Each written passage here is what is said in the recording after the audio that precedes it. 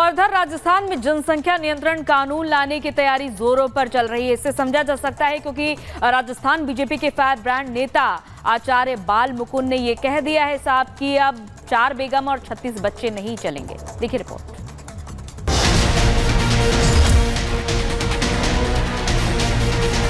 देश में बढ़ती जनसंख्या को लेकर राजस्थान में एक अलग ही बहस छिड़ गई है। यहाँ जनसंख्या कानून लाने की मांग चल रही है। इसी बीच बीजेपी के फायर ब्रांड नेता और विधायक बाल मुकुंद आचार्य ने जनसंख्या नियंत्रण कानून लागू करने की मांग कर दी है। आचार्य बाल मुकुंद ने साफ शब्दों में कहा कि 4 बेगम और 36 बच्चे अब नहीं चलेंगे। राजस्थान विधानसभा में भी ऐसे विधायक हैं जिनकी 3 पत्नियां हैं, लेकिन अब ऐसा नहीं चलेगा। एक पर्टिकुलर एक समाज तो है जो 4 बेगम और 36 बच्चा इस देश में रखता है। ऐसे अनगिनत है हमारे पास में मामले। इस सदन के अंदर भी, विधानसभा सदन के अंदर भी ऐसे व्यक्ति हैं जो 3-3, 4-4 पत्नियां रखे हुए हैं। और एक वर्ग के लिए कानून है कि भाई वो वर्ग तो कानून नहीं भी है तो भी उसका पालन करता है। बहुसंख्य समाज से पालन करता है कि मैं, मेरी पत्नी, 1 बच्चा, ज्यादा से ज्यादा 2 बच्चा। बाल मुकुंद इशारा एक खास वर्ग की तरफ कर रहे थे, लेकिन अब उनके इस बयान से राजस्थान में सियासत छिड़ गई है। राजस्थान के नेता प्रतिपक्ष ने बीजेपी पर ऐसे मुद्दों को लेकर सियासत करने का आरोप लगाया। नेता प्रतिपक्ष ने कहा कि बीजेपी सत्ता में है, उन्हें जनसंख्या कानून लाना चाहिए, लेकिन वो ऐसा नहीं करेंगे क्योंकि वो ऐसे मुद्दों पर सिर्फ राजनीति करना चाहते हैं। लेके आए तो कौन मना कर रहा है? लेके आए, कानून बनाए। पहले भी था 2 बच्चों का कानून नौकरियों के अंदर, तो लेके आए। ये बयान ज्यादा देते हैं, काम कम करते हैं। मैं तो कहूँगा पहले कानून बनाए फिर बात करें। जनसंख्या नियंत्रण कानून पर सबसे पहले राजस्थान के सीएम भजन लाल शर्मा ने बयान दिया था। इसके बाद उनके मंत्रियों ने भी इस सियासी आग में अपने बयानों से घी डालना शुरू कर दिया। धीरे धीरे इस मुद्दे पर बयानबाजी बढ़ रही है। अब बात यहाँ तक पहुँच गई कि जिनके पास ज्यादा बच्चे हैं उन्हें सरकारी सुविधाएं नहीं दी जाएंगी। इसमें एक तरफ जनसंख्या नियंत्रण को लेकर के चर्चाएं तेज होने लगी हैं, तो वहीं दूसरी तरफ राजस्थान में अब चर्चाएं 2 बच्चों पर आकर टिक गई है। राजस्थान के मंत्री हों या विधायक ये कहना शुरू कर चुके हैं कि राजस्थान में 2 बच्चों का कानून आना चाहिए। यूडीएच मिनिस्टर झाबर सिंह खर्रा ने एक बयान दिया। उन्होंने कहा कि 2 या 3, ज़्यादा से ज़्यादा बच्चे 2 या 3 होने चाहिए, और अगर ऐसा नहीं होता है तो एक नियम जल्द आने वाला है जिसमें हम सरकारी सुविधाएं खत्म कर देंगे। विपक्ष के नेता टीकाराम जूली ने सदन में इसको कहा कि आप बातें ज्यादा करते हो, काम कम करते हो, आप पहले कानून लेकर के तो आए, मना कौन कर रहा है? देश में बढ़ती जनसंख्या एक बड़ी समस्या है। समय समय पर इस पर लगाम के लिए कई बार मंथन किया गया, लेकिन अभी तक इस समस्या का निदान नहीं निकल पाया, क्योंकि जनसंख्या नियंत्रण के बहाने कई बार एक खास वर्ग को टारगेट किया जाता है। ऐसे ही कुछ हाल राजस्थान में दिख रहे हैं, जहां सरकार की तरफ से बयानबाजी की जा रही है। सवाल यह है कि क्या सरकार की मंशा जनसंख्या नियंत्रण की है? अगर है तो इस पर कानून लाना चाहिए। Bureau report, Republic Bharat. और बात करते हैं जम्मू कश्मीर में हुए डोडा में आतंकी हमले की, जिसमें 5 जवानों की शहादत के बाद से देश गुस्से में है और आतंक के खिलाफ इस आर पार की जंग में जहां अब आतंकी आकाओं में घर में घुसकर सबक सिखाने की मांग कर रहा है पूरा देश, लेकिन सवाल यहीं पर आकर टिक जाता है कि आखिर कब तक ये आतंकियों की नापाक हरकत जारी रहेगी। देखिए रिपोर्ट।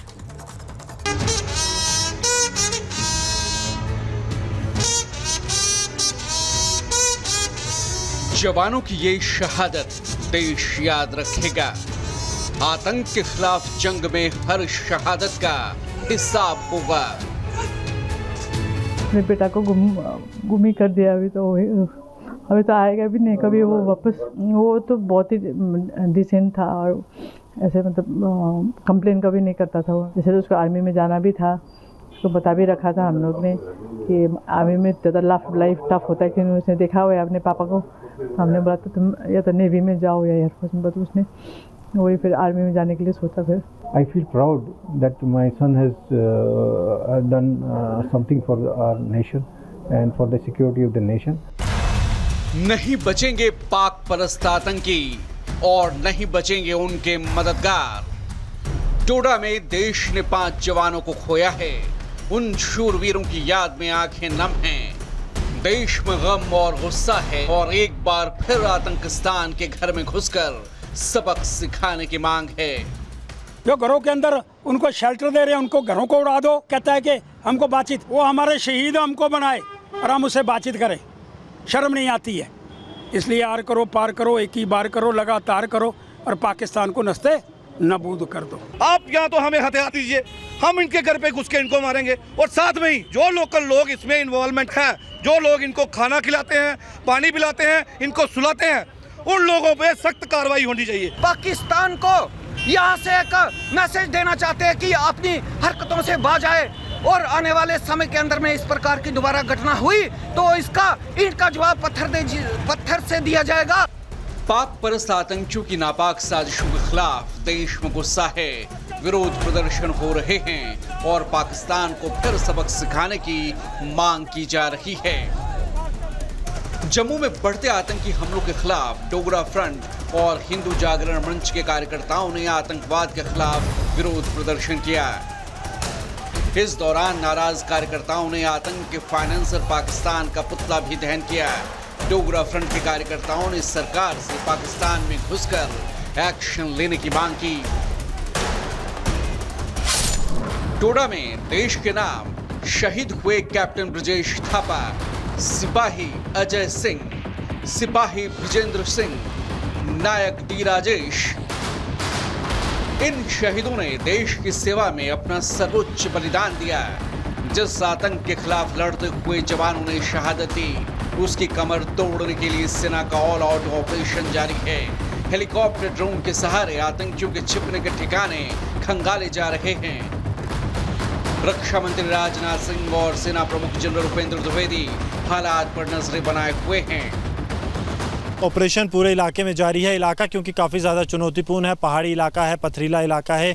पथरीली पहाड़ियों के बीच जो एक नेचुरल गुफाएं बनी हैं उनको आतंकी हाइडआउट के तौर पर इस्तेमाल कर रहे हैं। सुरक्षा बल लगातार अलर्ट पर हैं, लेकिन चुनौतियां बेहद ज़्यादा हैं क्योंकि इस वक्त हाईली ट्रेंड पाकिस्तानी आतंकी जैश मोहम्मद के वो इस वक्त घुसपैठ कर चुके हैं। जंगलों को इन आतंकियों ने अपना ठिकाना बना लिया। जम्मू में इस साल 11 आतंकी हमले हुए, अब तक 12 जवानों की शहादत हो चुकी है। सिर्फ जुलाई में 3 आतंकी हमले किए गए, 9 जवानों ने अपना सर्वोच्च बलिदान दिया। तक समझ नहीं आती, give him more of the same, kick him, raise cost and consequences. अगर हमारी यहाँ पे लाशें गिर रही हैं तो वो पंजाब पाकिस्तान में क्यों नहीं गिरनी चाहिए? उनके घर क्यों नहीं मातम बनना चाहिए? पाकिस्तान का इकोनॉमी का भट्टा बैठ रहा है। एक युद्ध हो जाए और ये चूल्हे में चले जाएंगे, हमेशा के लिए खलास हो जाएंगे। पाकिस्तान ने कुछ ना कुछ ऑल्टरनेट ढूंढना था, क्या किया जाए, और यहाँ से कुछ सेनाओं को हटा के, क्योंकि शांति थी, नेचुरली जब शांति है तो क्यों इतनी डिप्लॉयमेंट करनी है। सेना को हटा के लद्दाख साइड में भेजा गया था, कुछ थिन आउट हो गया था, तो उन्होंने सेनाओं की कमी, साथ ही साथ जो टेरेन है, जंगली टेरेन है और यहाँ पे गुफाएँ हैं, उनका फ़ायदा लेने के लिए इधर से इन्फिल्ट्रेशन करना शुरू किया और इधर एक्टिविटी बढ़ा दी। देखा जाए तो ये वाकई में बहुत बड़ा चैलेंज है और सिक्योरिटी फोर्सेस को यहाँ भी रीवर्क करना पड़ेगा कि क्या किया जाए। इसके ऊपर कार्रवाई चल रही है।